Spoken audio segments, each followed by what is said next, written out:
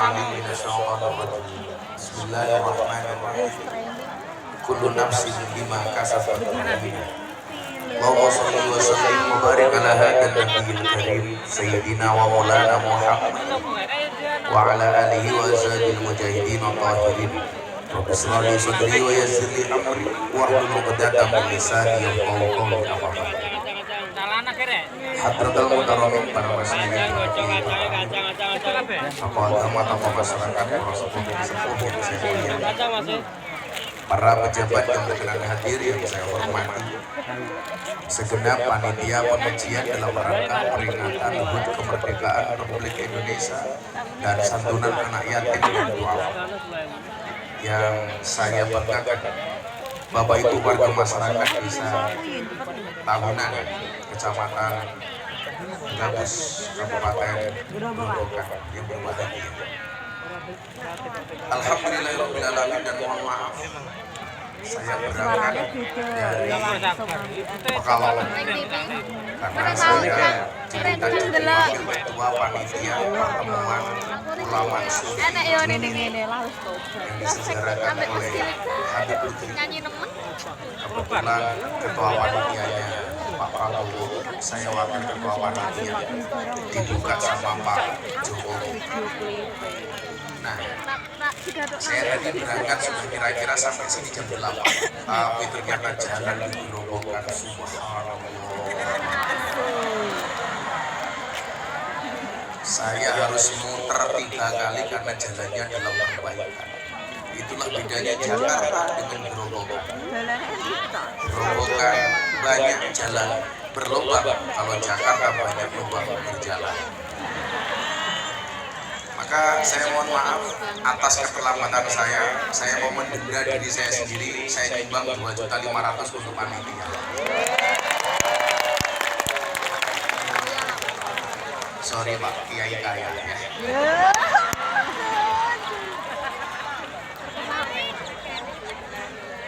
Saya ada enak hati karena saya ada 2 acara sampai kemalaman. Saya ngentok umrah sekarang nanti.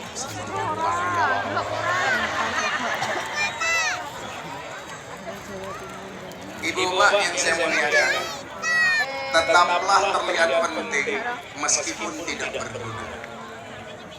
Saya dulu awalnya mengira bahasa ini gojek, tapi bahwa ternyata bahasa ini kemudian memotivasi kita untuk menjadi orang yang percaya diri.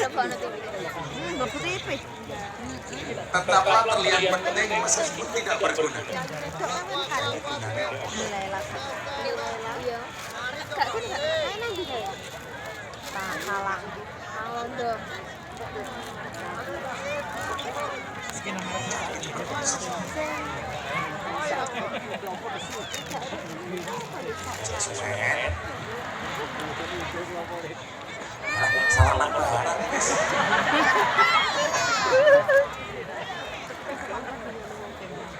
Banyak orang selalu saja pengen menjadi orang penting, tetapi kadang-kadang untuk menjadi orang penting dia melupakan menjadi orang baik. Maka saya sampaikan apa? Menjadi penting itu baik. Menjadi penting itu baik, tapi lebih penting menjadi baik. Nah, bagaimana kita diajarkan dalam Al-Quran bahwa ternyata menjadi orang baik itu jauh lebih bagus daripada menjadi orang penting. Betul? Tapi banyak orang berusaha menjadi orang penting, lupa untuk menjadi orang baik.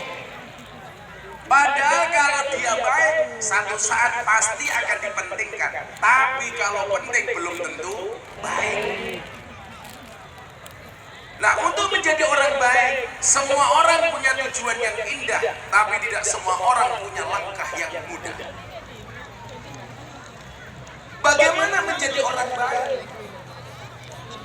Hal pertama yang perlu dilakukan adalah mencari rahmatnya Allah. Kenapa harus mencari rahmat? Karena Al-Quran memberikan undang-undang. Inna rahmatullah qaribun minal muhsinin. Sesungguhnya rahmat Allah itu paling dekat dengan orang yang baik. Saya mau cerita Bapak ini. Kok saya hari ini diminta jadi wakil panitia pertemuan ulama dunia? Itu menurut bayangan masa kecil saya jelas tidak mungkin. Ada 37 negara mengirimkan delegasi 78 ulama sufi dunia untuk hadir di Pekalongan. Yang kemudian dalam bayangan saya adalah apa ya mungkin sing teko ulama-ulama top sing ngurusi kelasnya mung kaya Miftah. Yang mungkin tidak baik, yang mungkin tidak penting. Contoh sok penting itu adalah kameramen berdiri di hadapan jamaah, sok penting.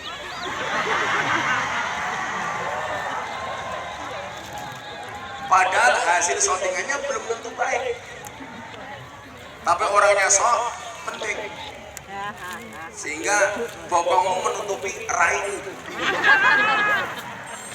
Padahal mereka datang ingin melihat raiku, orang pengen delok bokongmu.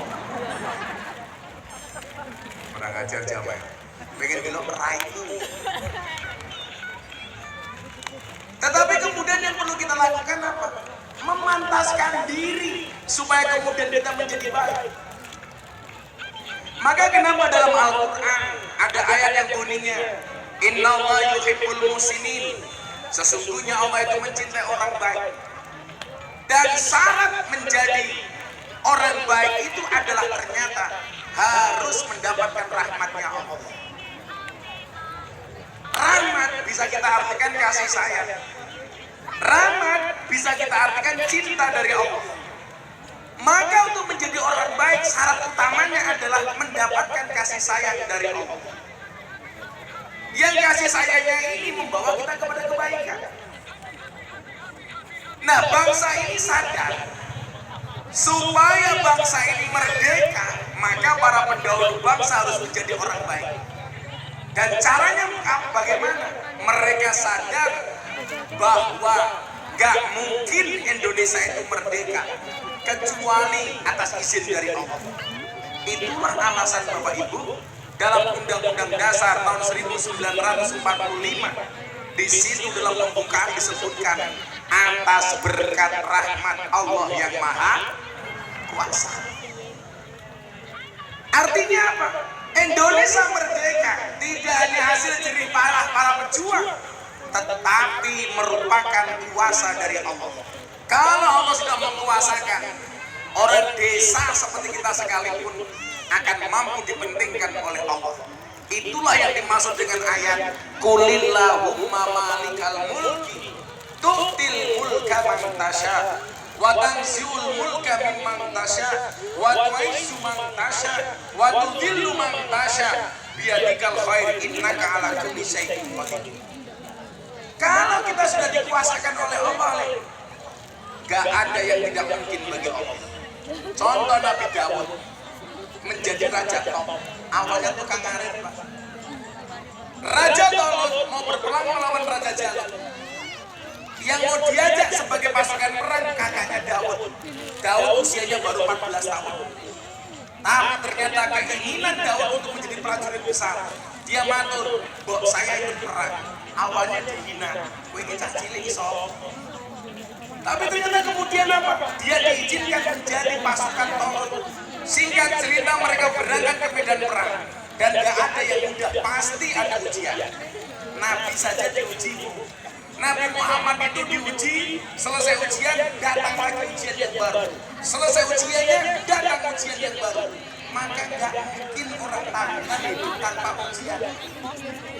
Kok saya punya rumah tangga rumit Gus? Ya, rumah tangga itu pasti rumit. Kenapa? Karena kalau sederhana namanya rumah makan. Betul? Cuman para suami juga harus paham, rumah tangga itu dibuat untuk bahagia, bukan untuk susah. Makanya kalau para istri punya suami yang suaminya tidak bisa membahagiakan istri, selalu membuat susah, kamu bilang sama suamimu, "Mas, ini sebenarnya rumah tangga apa rumah duka?"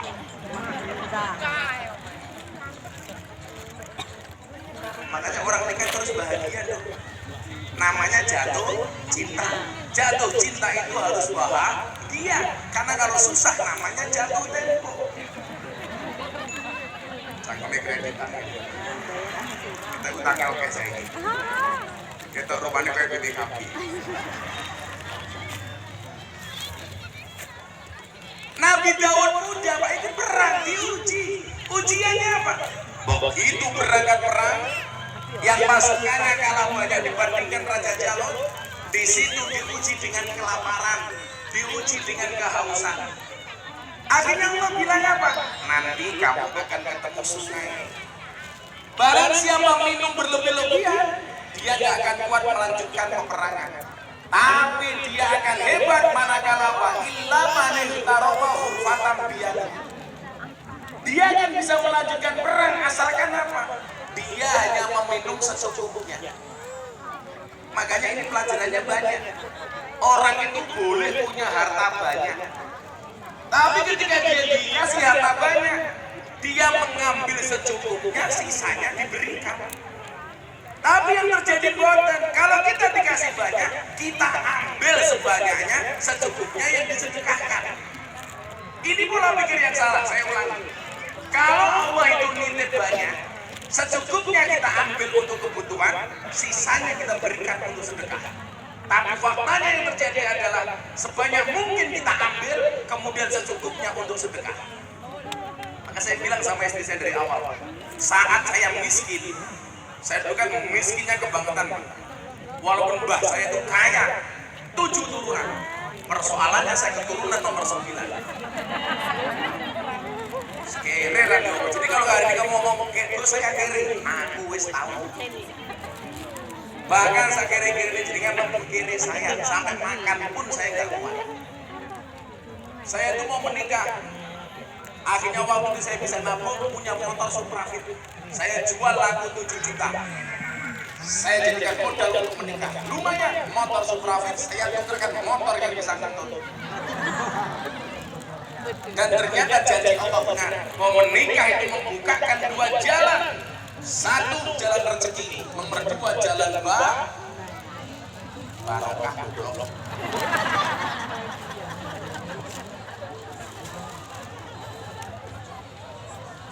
Akhirnya Nabi Daud diuji. Iya, aku lah ngombe oke, rakwat makan perang. Lah ngombe secukupnya, saya bisa berangkat perang. Nabi Daud memilih jalan yang kedua. Dia meminum secukupnya. Saat itu dia ambil cangkir, kemudian diminum berdoa, Allahumma barik lana.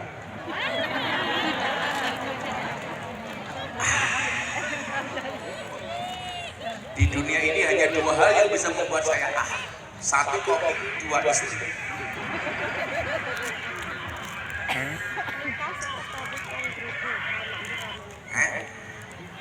Ada yang ketiga apa moral matamu. Sehingga cerita apa? Nabi Daud benar. Dia yang minum secukupnya. Ternyata mayoritas dari pasukan itu minum terlalu banyak sehingga tidak bisa melanjutkan peperangan. Sehingga yang berangkat perang cuma sedikit. Dan ternyata apa? Allah menunjukkan keakbarannya. Walaupun cuma sedikit, tetapi dia percaya dengan keakbaran Allah, maka dia akan dimenangkan. Maka ayatnya berbunyi, kam min fi'atin qalilatin ghalabat fi'atan katsiratan bi'idznillah. Ternyata yang sedikit bisa mengalahkan yang banyak atas izin Allah. Makanya kita tuh kadang-kadang sering meremehkan orang, cakai isone Allah.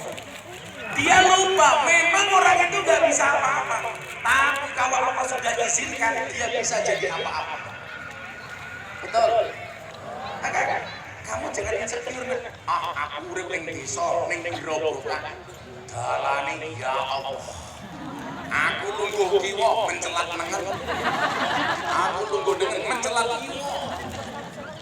Serasa diantam ombak tanpa air. Goyang-goyang, makan gorengan di atas tembok. Bupati Grobogan dalam gosok.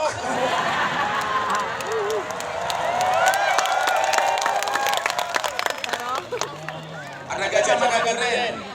kamu jamaah keren. Tapi bohong.